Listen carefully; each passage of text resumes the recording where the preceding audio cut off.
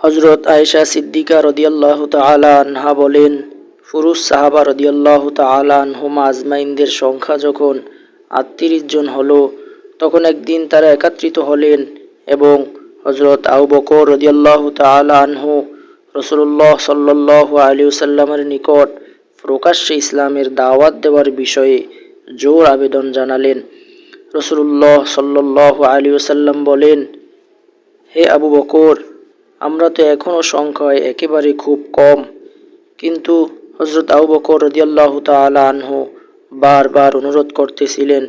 অবশেষে রাসূলুল্লাহ সাল্লাল্লাহু আলাইহি ওয়াসাল্লাম প্রকাশ্যে ইসলামের দাওয়াত দেওয়ার জন্য বের হলেন। মুসলমানগণ মসজিদে হারামের বিভিন্ন স্থানে ছড়িয়ে পড়লেন এবং প্রত্যেকে নিজ নিজ গোত্রের নিকট গিয়ে বসলেন।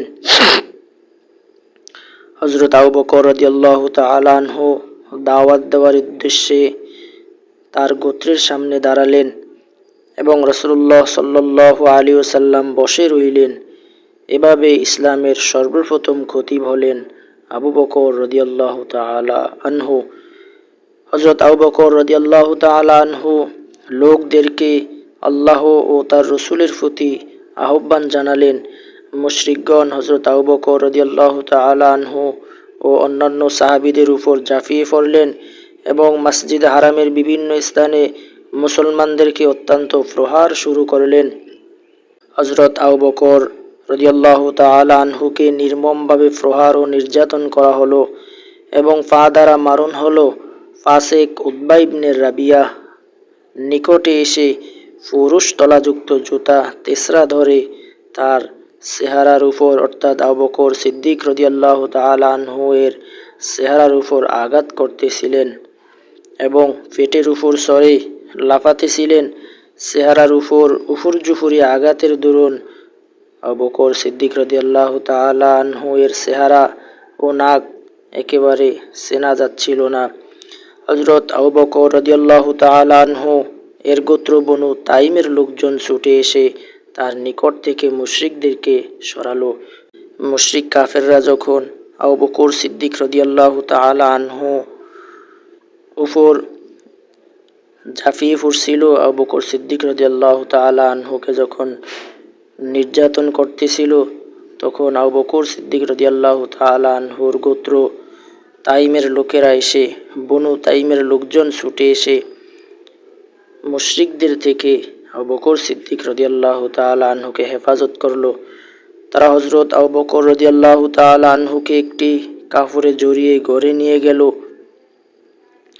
এবং তাদের নিশ্চয় ধারণা হলো যে হযরত আবু বকর রাদিয়াল্লাহু তাআলা আনহু মৃত্যুবরণ করেছে। অতঃপর বনু তাইমের লোকেরা মসজিদে হারামে ফিরে এসে ঘোষণা করল যে খোদার কসম, যদি আবু বকর মারা যায় তবে আমরা অবশ্যই উতবা ইবনে রাবিয়াকে কতল করব। এই ঘোষণার পর তারা পুনরায় হযরত আবু বকর রাদিয়াল্লাহু তাআলা আনহু এর নিকট ফিরে গেল। হযরত আবু বকর রাদিয়াল্লাহু তাআলা আনহু এর পিতা আবু কুহাফা ও বনু তাইমের লোকেরা তার সাথে কথা বলার চেষ্টা করতেছিল, কিন্তু হযরত আবু বকর রাদিয়াল্লাহু তাআলা আনহু অজ্ঞান অবস্থায় পড়ে রইল। দিনের শেষ বেলায় তার জ্ঞান ফিরলে তিনি কথা বললেন। তিনি প্রথমেই জিজ্ঞাসা করলেন, অর্থাৎ আবু বকর সিদ্দিক রাদিয়াল্লাহু তাআলা আনহু এর জ্ঞান যখন ফিরল, জ্ঞান ফেরার সাথে সাথেই আবু বকর সিদ্দিক রাদিয়াল্লাহু তাআলা আনহু জিজ্ঞেস করলেন, রাসূলুল্লাহ সাল্লাল্লাহু আলাইহি ওয়াসাল্লাম কেমন আছেন? গোত্রের লোকেরা এই কথা শুনে তাকে গালমন্দ ও তিরস্কার করলো এবং চলে যাবার উদ্দেশ্যে উঠে দাঁড়ালো। যাওয়ার সময় তার মা উম্মে খায়রাকে বলে গেল যে, দেখো তাকে কিছু খাওয়াতে বা পান করাতে পারো কিনা। এখানে একটি বিষয় সুস্পষ্ট ভেসে উঠল। সেই বিষয়টি হলো, সাহাবা আজমাইনরা শত কষ্ট থাকা সত্ত্বেও, ষষ্ঠ বিপদের মধ্যেও রাসূলুল্লাহ সাল্লাল্লাহু আলাইহি ওয়াসাল্লামকে তাদের জীবনের চাইতে সর্বোচ্চ মহব্বত এবং ভালোবাসতেন, যার প্রমাণ আবু বকর সিদ্দিক রাদিয়াল্লাহু তাআলা আনহু কাফেরদের নির্যাতনে অজ্ঞান অবস্থায় ছিলেন। যখনই তার হুঁশ ফিরে আসলো, সাথে সাথে তিনি নিজের প্রতি খেয়াল না করে সর্বপ্রথমই যেই কথাটা মানুষদেরকে জিজ্ঞেস করলেন সেই কথাটি হলো, আমার রসুল সাল্লাল্লাহু আলাইহি ওয়াসাল্লাম কেমন আছেন। সকলে চলে গেল, তার মা একাকী রইলেন এবং তাকে কিছু খাওয়ার জন্য ফিরাফিরি করতে লাগলেন। কিন্তু হযরত আবু বকর রাদিয়াল্লাহু তাআলা আনহু একই কথা বলেছিলেন যে রাসূল সাল্লাল্লাহু আলাইহি ওয়াসাল্লাম কেমন আছেন। তার মা বললেন, আল্লাহর কসম, তোমার সাথীর ব্যাপারে অর্থাৎ তোমার রাসূল সাল্লাল্লাহু আলাইহি ওয়াসাল্লামের ব্যাপারে আমার কিছুই জানা নেই। তিনি বললেন, অর্থাৎ আবু বকর সিদ্দিক বললেন তার মাকে, আপনি উম্মে জামিল বিনতে খাত্তাবের নিকট গমন করে তাকে জিজ্ঞাসা করে আসুন। তার মা উম্মে জামিলের নিকট গিয়ে বললেন, আবু বকর তোমার নিকট মুহাম্মদ ইবনে আব্দুল্লাহ সাল্লাল্লাহু আলাইহি ওয়াসাল্লামের খবর জানতে চেয়েছেন। উম্মে জামিল রাদিয়াল্লাহু তাআলা আনহা বললেন, আমি আবু বকর কেউ চিনি না, মুহাম্মদ ইবনে আব্দুল্লাহ কেউ চিনি না, তবে যদি বলো আমি তোমার সাথে মোর ছেলের নিকট যেতে পারি। উম্মে খায়ের বললেন, তবে চলো। উম্মে জামিল তার সাথে রওনা হলেন এবং হযরত আবু বকর রাদিয়াল্লাহু তাআলা আনহুকে দেখলেন অতিশয় অসুস্থ, উঠে বসার শক্তিও পর্যন্ত নেই, মাটিতে পড়ে আছেন। হযরত উম্মে জামিল রাদিয়াল্লাহু তাআলা আনহু তার নিকট গিয়ে উচ্চস্বরে কান্নাকাটি শুরু করলেন এবং বলতে লাগলেন যে আল্লাহর কসম, যারা আপনার সাথে ব্যবহার করেছে নিঃসন্দেহে তারা ফাসিক ও কাফের। আমি দৃঢ় বিশ্বাস করি যে আল্লাহ তাআলা তাদের নিকট থেকে আপনার প্রতিশোধ নেবেন। হযরত আবু বকর রাদিয়াল্লাহু তাআলা আনহু জিজ্ঞেস করলেন, রাসূলুল্লাহ সাল্লাল্লাহু আলাইহি ওয়াসাল্লাম কেমন আছেন? হযরত উম্মে জামিল রাদিয়াল্লাহু তাআলা আনহু বলেন, এই যে আপনার মা শুনতেছেন। হযরত আবু বকর রাদিয়াল্লাহু তাআলা আনহু বললেন, তার পক্ষ থেকে তোমার জন্য কোনো আশঙ্কা নেই। হযরত উম্মে জামিল রাদিয়াল্লাহু তাআলা আনহু বললেন, তিনি নিরাপদ ও সুস্থ আছেন। হযরত আবু বকর রাদিয়াল্লাহু তাআলা আনহু জিজ্ঞেস করলেন, তিনি কোথায় আছেন? হযরত উম্মে জামিল রাদিয়াল্লাহু তাআলা আনহু বললেন, তিনি আরকামের ঘরে আছেন।